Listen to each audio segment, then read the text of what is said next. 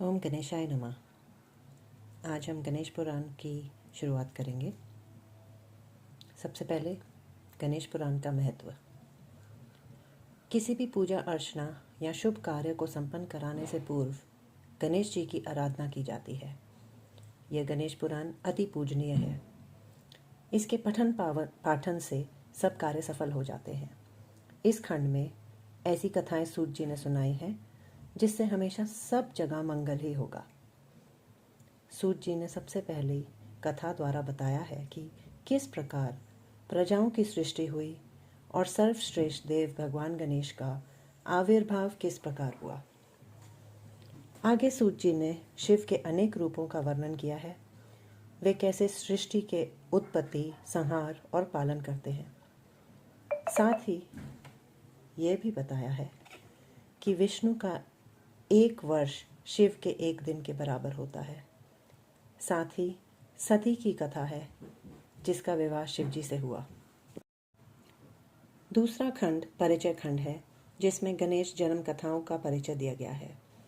इसमें अलग अलग पुराणों के अनुसार कथा कही गई है, जैसे पद्म व लिंग पुराण के अनुसार, और अंत में गणेश की उत्पत्ति की सविस्तार से उत्पत्ति की कथा है। तीसरा खंड माता पार्वती खंड है। इसमें पार्वती के पर्वतराज हिमालय के घर जन्म की कथा है और शिव से विवाह की कथा। आगे कार्तिकेय के जन्म की कथा है जिसमें तारकासुर के अत्याचार से लेकर कार्तिकेय की जन्म की कथा। इस खंड में वशिष्ठ जी द्वारा सुनाई अरण्यराज की कथा है। चौथा खंड युद्ध खंड है। इसमें आरंभ में मत्सर नामक असुर के जन्म की कथा है जिसने दैत्य गुरु शुक्राचार्य से शिव पंचाक्षरी मंत्र की दीक्षा ली। आगे तारक नामक असुर की कथा है। उसने ब्रह्मा जी की आराधना कर त्रैलोक्य का स्वामित्व प्राप्त किया था। साथ में इसमें मनोहर, महोदर व महासुर के आपसी युद्ध की कथा है। लोभासुर व गजानन की कथा भी है जिसमें लोभासुर ने गजानन के मूल महत्व को समझा और उनके चरणों की वंदना करने लगे। इसी तरह आगे क्रोधासुर व लंबोदर की कथा है।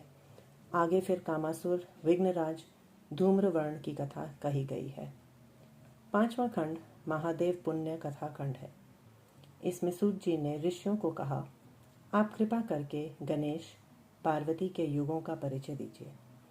तब आगे इस खंड में सतयुग, त्रेता युग व द्वापर युग के बारे में बताया है। जन्मासुर, तारकासुर की कथा से इसका अंत हुआ है।